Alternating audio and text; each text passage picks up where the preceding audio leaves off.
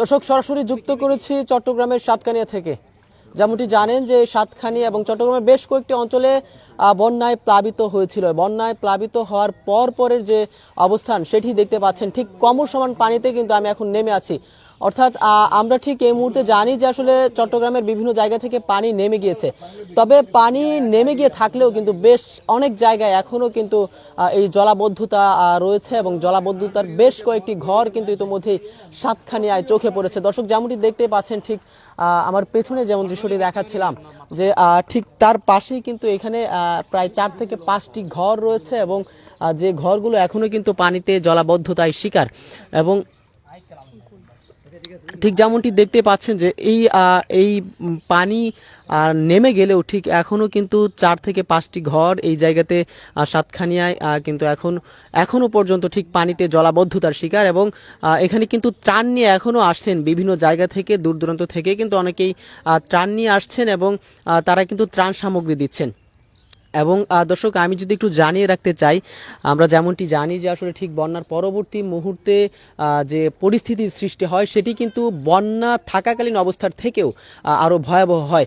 যেমনটি আপনারা জানেন যে আসলে বন্যার সময় কিন্তু ঘরবাড়ি পানিতে প্লাবিত হয়ে যায়, কিন্তু নিম্ন আয়ের মানুষ যারা রয়েছেন বন্যার ঠিক পরবর্তী মুহূর্তেই তাদের অবস্থা হয়ে ওঠে আরও করুণ। কারণ বন্যার যে করাল গ্রাস, সেই করাল গ্রাসে কিন্তু তারা শিকার হন এবং বন্যার পানি যখন চলে যায় ঠিক তখন তাদের সেই অভাব অনটন, গড়ের চাল ঠিক করা, গড়ের ভিটে মাটি ঠিক করা, এগুলো নিয়ে কিন্তু হিমশিম খেতে হয় সাধারণ যারা নিম্ন আয়ের মানুষ রয়েছেন। দর্শক আপনাদেরকে ঠিক সরাসরি যুক্ত করেছি নিউজ ফ্ল্যাশের ক্যামেরায় চট্টগ্রামের সাতকানিয়া থেকে। যেমনটি দেখতেই পাচ্ছেন যে এখানে কিন্তু ঠিক এসেছেন অনেকেই সহযোগিতার হাত নিয়ে এবং তারা কিন্তু এসেছেন এবং তারা কিন্তু ত্রাণ সামগ্রী নিয়ে এসেছেন। আমরা একটু সরাসরি তাদের সাথে কথা বলার চেষ্টা করব।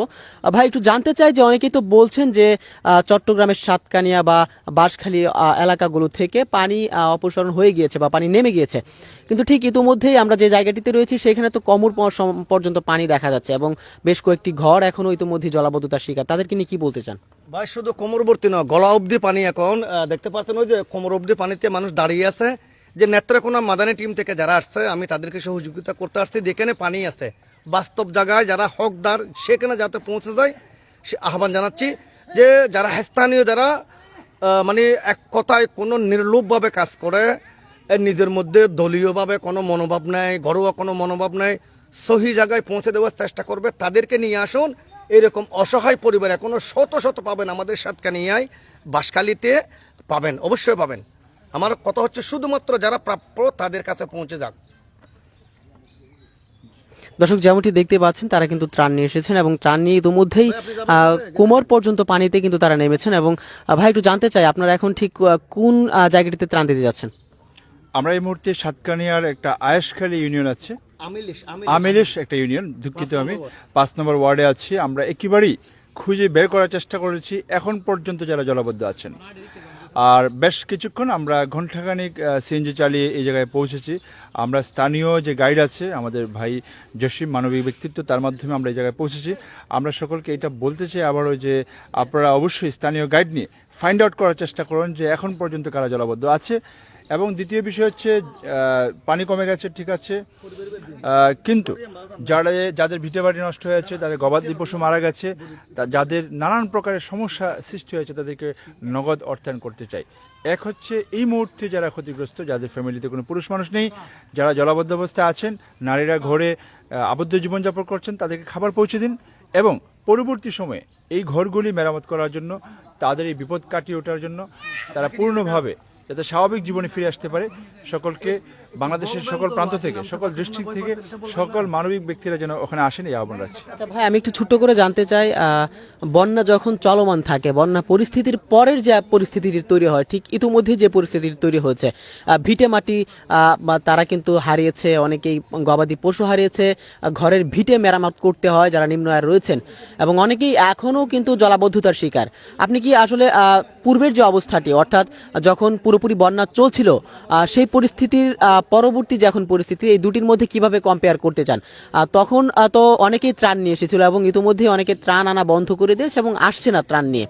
তো এতে কি আসলে এই যে জলাবদ্ধতায় শিকার যারা রয়েছেন এবং যারা নিম্ন আয়ে রয়েছেন তারা কি কোনোভাবে অসুবিধায় পড়ছেন কিনা, বা তাদেরকে কি ঠিক এই মুহূর্তে ত্রাণ নিয়ে আসাটা তাদের জন্য কতটুকু যুক্তিসঙ্গত বা উপকারী বলে মনে করছেন? যখন বাড়িঘর প্লাবিত হয়, বন্যা কবলিত হয়, তখন যে সমস্যাটা আমার কাছে মনে হয় সেটা হচ্ছে প্রাথমিক সমস্যা। এর পরবর্তীতে বন্যা যে পরিমাণ ক্ষতি সৃষ্টি করে যায়, এর পরবর্তীতে যে সহায়তার প্রয়োজন, যে সমস্যাটা সৃষ্টি হয়, আমার কাছে মনে হয়েছে সেটা সবচেয়ে বড় সমস্যা। কারণ অনেকের গবাদি পশু মারা যায়, অনেকের আয় উপার্জন সক্ষম মানুষটি মারা যায়, এবং তাদের ভিটেবাটি নষ্ট হয়, বাড়িঘর নষ্ট হয় নানান দিক থেকে, এবং দীর্ঘ 1 মাস থেকে 2 মাস তারা কর্মহীন থাকেন। এই জন্য বন্যা পরবর্তী যে সমস্যাটা, আমার কাছে মনে হয় বন্যা চলাকালীন অবস্থার চেয়ে ব্যাপক এটি। এই জন্য বন্যা পরবর্তী সময়ে আমাদের বেশি নজর দেওয়া দরকার, সচেতন হওয়া দরকার, এগিয়ে আসা দরকার। ধন্যবাদ। দর্শক যেমনটি দেখছিলেন এবং শোনাচ্ছিলাম, এখানে যারা রয়েছেন তাদের কথা আপনাদেরকে শোনাচ্ছিলাম, এবং তারা কিন্তু ঠিক ইতিমধ্যে একটি ঘরকে কেন্দ্র করে যাচ্ছেন সামনের দিকে, এবং যেমনটি দেখছেন যে ঠিক ওই ঘরের যে মহিলা রয়েছেন, মহিলা সদস্য, তিনি কিন্তু অপেক্ষা করছেন যে ত্রাণ নিয়ে যাবে এবং সেই ত্রাণ তিনি গ্রহণ করবে। এবং যেমনটি দেখছেন যে পুরো ঘরটি কিন্তু তলিয়ে গিয়েছে, এবং শুধু এই ঘরটি নয়, বিভিন্ন ঘরই কিন্তু ঠিক ইতিমধ্যে এভাবে তলিয়ে গিয়েছে পানির মধ্যে, এবং বন্যার পানি সরে গেলেও কিন্তু এখনো বেশ অনেকগুলো ঘর নজরে আসে, যেখানে কিন্তু এভাবেই জলাবদ্ধতার শিকার অনেকগুলো পরিবার বা অনেকগুলো ঠিক নিম্ন আয়ের মানুষ। এবং তাদেরকে কিন্তু ইতিমধ্যেই বেশ কয়েকটি সংগঠন ত্রাণ নিয়ে এসেছেন, এবং ত্রাণ নিয়ে এসে তাদেরকে কিন্তু ত্রাণ দিচ্ছেন, যেমনটি দেখতেই পাচ্ছেন দর্শক। এবং আপনাদেরকে কিন্তু সরাসরি যুক্ত করেছি News/71 ফেসবুক পেজ থেকে, সরাসরি চট্টগ্রামের সাতকানিয়া থেকে, এবং সেই সাতকানিয়ার চিত্রই কিন্তু আপনাদেরকে দেখাচ্ছে। এবং আমি যদি আরেকটু দেখাতে চাই, ঠিক আমি যে জায়গাটিতে দাঁড়িয়ে আছি সেই জায়গায় কিন্তু ঠিক এখন ইতিমধ্যে কোমর সমান পানি, এবং ঠিক তার পাশেই যদি আমি একটু দেখাতে চাই, একটি ঘর কিন্তু ইতিমধ্যেই প্রায় ধ্বংসে পরিণত হচ্ছে।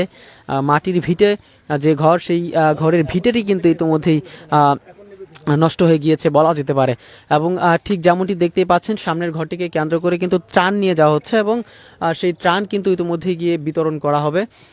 তবে যে জিনিসটি বলতেই হয় আসলে, ঠিক বন্যার পরবর্তী মুহূর্তটি কিন্তু সবচেয়ে জটিল এবং চ্যালেঞ্জিং বিষয় হয়ে দাঁড়ায় সাধারণ যারা রয়েছেন, নিম্ন আয়ের যারা রয়েছেন, বন্যা কবলিত মানুষ যারা রয়েছেন তাদের জন্য। যেমনটি দেখতেই পাচ্ছেন যে বন্যার পানি চট্টগ্রাম থেকে চলে গেলেও বা বন্যার পানি নেমে গেলেও কিন্তু ইতোমধ্যে এখনও কিন্তু বেশ অনেকগুলো জায়গায় বন্যার পানি প্রায় রয়েছে, এবং বলা যেতে পারে যে বন্যা কবলিত এলাকা বা বন্যা এখনও ঠিক ইতোমধ্যেই রয়েছে। যেমনটি দেখছেন যে কোমর সমান পানি কিন্তু অতিবাহিত করে ঠিক আপনাদেরকে নিয়ে যাচ্ছে আরেকটি ঘরের দিকে, এবং সেই ঘরটি কিন্তু এখনও পানিবদ্ধ অবস্থায় রয়েছেন, এবং সেখানেই কিন্তু ত্রাণ পৌঁছে দেওয়ার চেষ্টা চলছে। অর্থাৎ বন্যা যখন শুরু হয় তখন কিন্তু বিভিন্ন সংগঠন, বিভিন্ন স্বেচ্ছাসেবী সংগঠন, বিভিন্ন মানুষের সহযোগিতা দেখা যায়, কিন্তু বন্যার পরবর্তী যে মুহূর্তটি, সেই মুহূর্তটি কিন্তু সবচেয়ে জটিল বা চ্যালেঞ্জিং বিষয় হয়ে দাঁড়ায়। আর সেই মুহূর্তেই কিন্তু ত্রাণের যে চাহিদা, সেটি কিন্তু সবচেয়ে বেশি গুরুত্ব হয়ে দাঁড়ায়। এবং যেমনটি দেখছেন যে দর্শক, ঠিক কোমর সমান পানি থেকে কিন্তু আপনাদেরকে যুক্ত করেছিলাম, এবং যেমনটি দেখাচ্ছিলাম যে চট্টগ্রামের সাতকানিয়া থেকে সাতকানিয়ার চিত্র, এবং বন্যার পানি চলে গেলেও কিন্তু ইতিমধ্যে এখনও কিন্তু বেশ অনেক জায়গায় পানি বা জলাবদ্ধতা রয়েছে, আর সেই জলাবদ্ধতার কারণে কিন্তু অনেকগুলো পরিবার এখনও ঠিক সমস্যার সম্মুখীন রয়েছে।